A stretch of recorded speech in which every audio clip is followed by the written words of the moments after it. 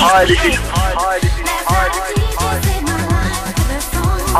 Seamus Haji from Big Rock Music, and you're listening to Evo and RST.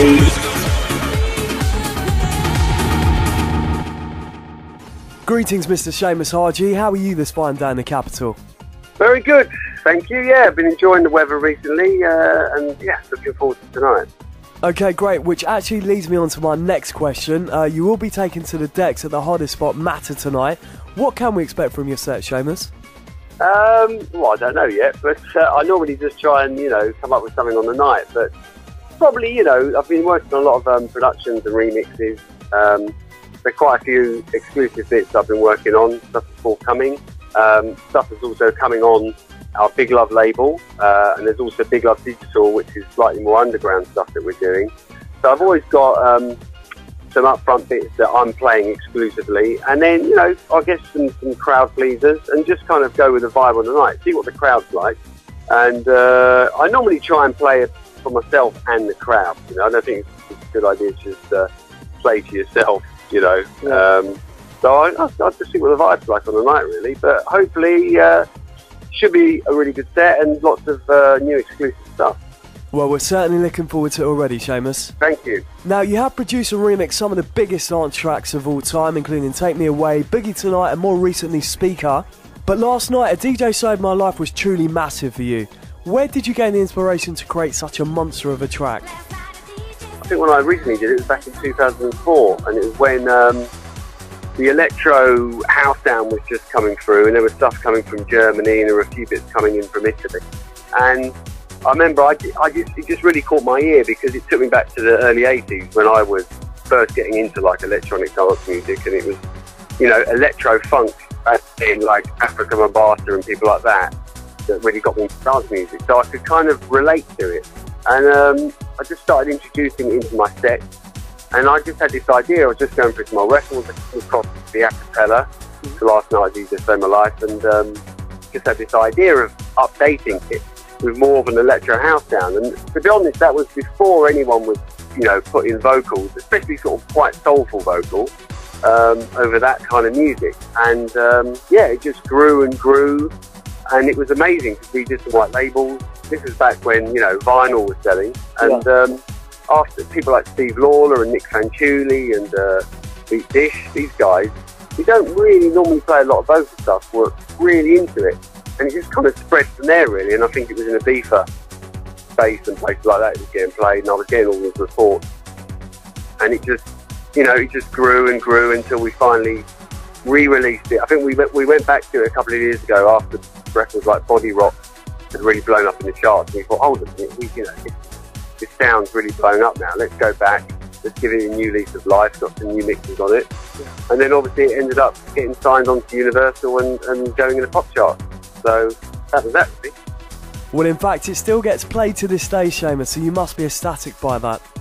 Yeah, it's good.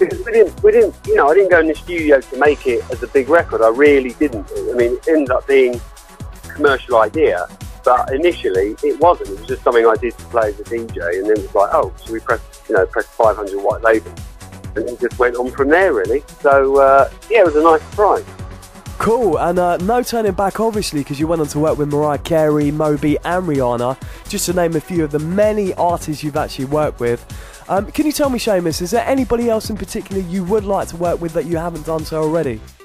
Oh, God. I think there's too many, There's like people back in the day, Talking Heads, people like that. Yeah. And there's so many bands, and I think I like the more interesting stuff. So there are certain bands coming through, like the Ting Tings, remixed them, and that was really interesting. And obviously people like the big divas like Mariah Carey, it's fantastic to work with them. Now I'm going to keep you in the studio, Seamus, and can you tell me what piece of studio kit you can't do without? Well, I suppose the main thing is Logic, isn't it? That's the thing we've always worked with, and these days there's so many plugins. I think there's too many to mention, but it's always, I think from day one, it was, as soon as Mac came in, because it used to be Atari computers back in the day, then it switched to Mac, then Logic Audio came out, and that kind of revolutionised things. And I think recently there's been so many different plugins and stuff like that. It's always evolving and changing. So I don't tend to stick to just the same things. I kind of try and look for new things all the time. And even old analog outboard gear, you know, we go through stuff like that to get interesting sounds. So there's kind of got a lot to mention, but I think the main thing has always been Logic, and that's still the main thing. Okay, cool. So would you say you're a mix of the digital and analog age at the same time? Yeah, I think that it's important to do that. So you're not using the same sounds as everyone else, because now it's so easy. Everybody goes to the same plugins and EQ and effects. So to go back and use the proper old analog gear, you can come up with some interesting sounds and just stuff that's a bit different to what everyone else is using. Okay, completely understand that, Seamus. Now, what should we be watching out for on your label, Big Love?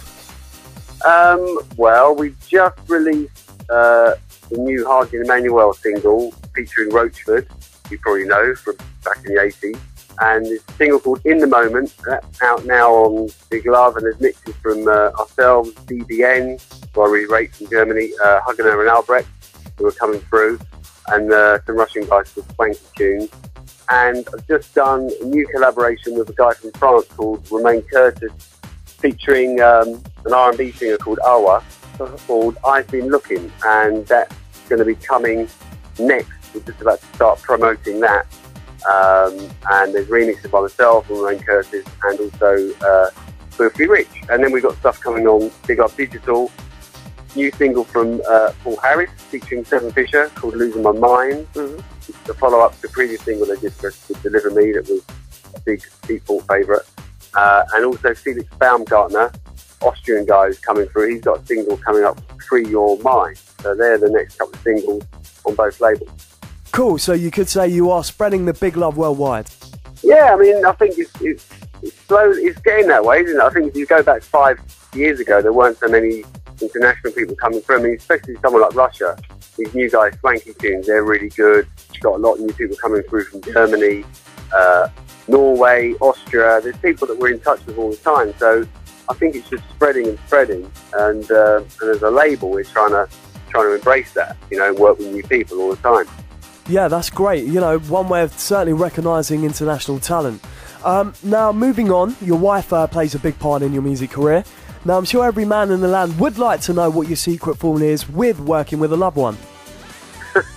I think, for me, I was quite lucky because Janet was already, I mean, for years. When I was a DJ, I can remember trying to get on her mailing list when she was AM/PM, for example, Simon Dunmore, and they worked together there, and then they left and they set the records up, and then there was a point in time where I went to work. I went from record shops to working for Slip and Slide, and I was doing A&R for them, and then I actually went to work for Defective Records. So I already knew Janet in a sort of professional capacity, so I respected her for what she'd done. It was mostly sort of promotion and marketing and brand building. So I guess, you know, we've got to respect each other in a work capacity, and she respects my skills, and I value hers as well. So I think I was very lucky from that point of view. So to leave and then set up our own label and be quite flexible with it and run it the way that we run it, you know, as a couple, because we've got young kids as well. So we run it in a way that's flexible and works for us. I think it just helped that we both had, you know, as I say, respect for each other. Okay, so one would assume you have a great working relationship and personal relationship. Yeah, and it's, you know, it could be a nightmare, but fortunately for us, I mean, we have our disagreements, but we respect each other's opinions and we try and work together. Well, that's very comforting to hear indeed, Seamus. That means there is hope for us all. Finally, Seamus, tell us one thing about you that most wouldn't know. I hate mushrooms. Yeah, I hate mushrooms. I can't stand mushrooms. That's my big bugbear. So what is it? Is it the texture of it? Is it the taste of it? It's the texture, it's probably the smell. I've got a big problem with mushrooms. So, you know, if anyone's planning on cooking me a surprise meal, make sure there's no mushrooms. Okay, people, so you heard it here first. Seamus and mushrooms is a no-go. Okay, well, it's been an absolute pleasure speaking with you, Seamus. We do, thank you. And we look forward to seeing you at Matter tonight. Evo RST.com